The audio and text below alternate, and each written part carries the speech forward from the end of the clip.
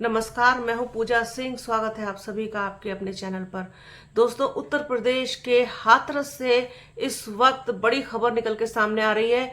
वहां पर एक सत्संग के दौरान जिस तरीके से भगदड़ मची और इतनी बड़ी संख्या में लोगों की मौत हो गई, ये वास्तव में दिल दहला देने वाली घटना है।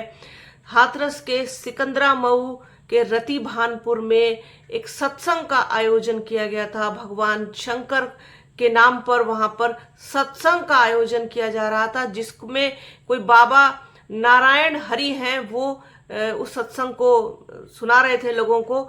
और उसके बाद जैसे ही सत्संग समाप्त हुआ, लोग बाहर निकलने लगे, उसी बीच में भगदड़ मच जाती है और लोग एक के ऊपर एक ऐसे गिरे कि फिर उठ नहीं पाए।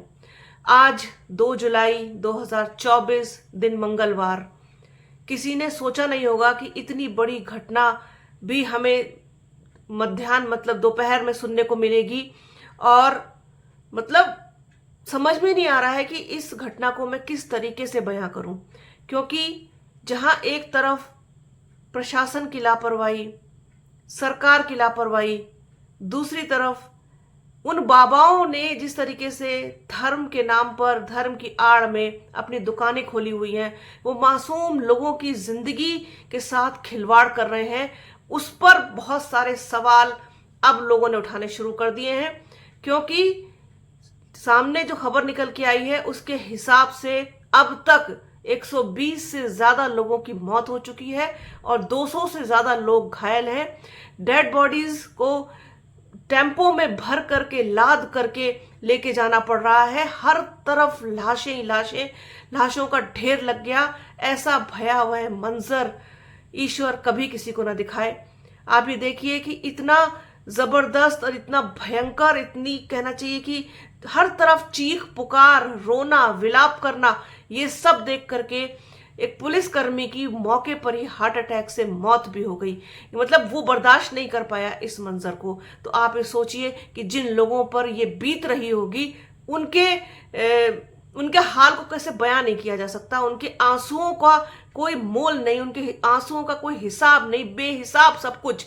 मैं इस वक्त क्या बोल रही हूं मुझे खुद समझ में नहीं आ रहा, लेकिन अपने होशो हवास को साधते हुए ये देखिए कि मैं प्रयास कर रही हूं आप तक ये खबर पहुंचाने का। मेरे रोंगटे खड़े हो रहे हैं इस वक्त कि इतनी बड़ी लापरवाही प्रशासन की, कि जहां पर अनुमति चंद लोगों की ली जाती है, 100 लोगों की ली जाती है, उस जगह पर 10,000 आदमी एकत्र हो जाता है और भरी गर्मी में, उमस में लोग वहां पर पहुंचते हैं, सत्संग सुनते हैं। उसके बाद हर किसी को उस पंडाल से निकलने की शायद जल्दी रही होगी कि जल्दी इस गर्मी से बाहर निकले।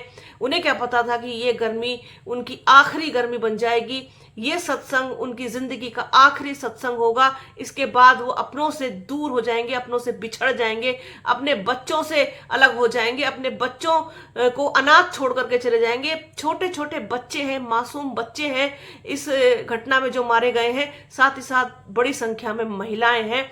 और आप ये देखिए कि जो सीएचसी है सिकंदरा मऊ का, उसके बाहर लाशों का ढेर लग गया।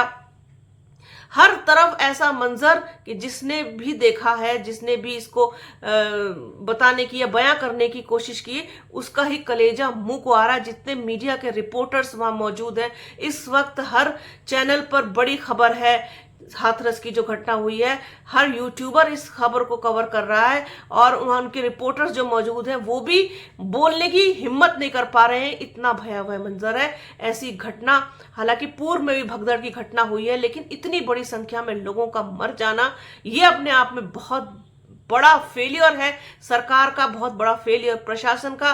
अब डीएम, एसडीएम, एसएसपी सब एक दूसरे पर मतलब अपनी जिम्मेदारी को टालते हुए दिखाई दे रहे हैं। वहां के डीएम आशीष कुमार का कहना है कि इस आयोजन की परमिशन एसडीएम ने दी थी।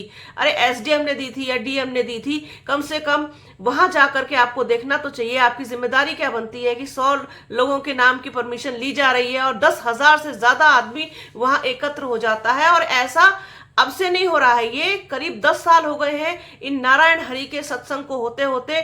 वहां पर हर महीने का जो पहला मंगलवार पड़ता है, जैसे ये इस महीने का पहला मंगलवार था, तो वो उस हर मंगलवार को वो सत्संग आयोजित होता है और इतनी ही बड़ी संख्या में हर बार वहां पर श्रद्धालु जुटते हैं। हादसा टलता शायद जा रहा था, उनकी मौत का दिन मुकर्रर आज का था, इस वजह से शायद ये हादसा टल रहा था और नियति को यही दिन मंजूर था, इसलिए यह हादसा आज हुआ, वरना यह हादसा तो पहले भी हो सकता था।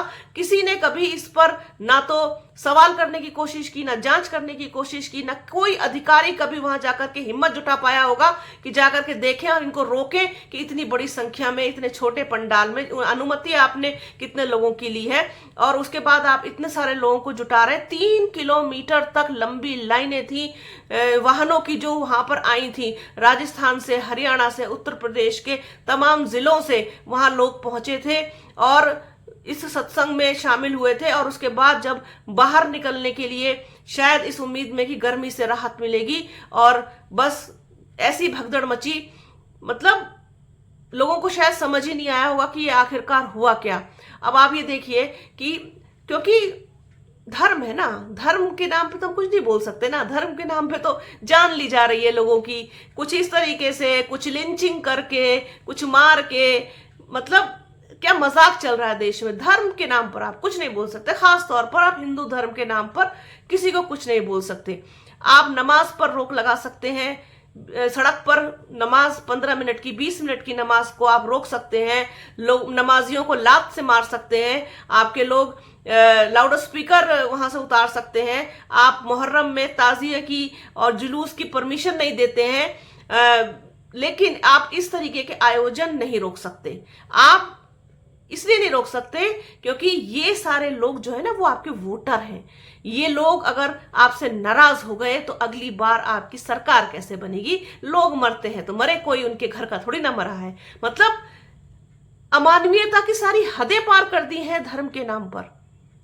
बड़े सवाल पैदा करता है ये हादसा।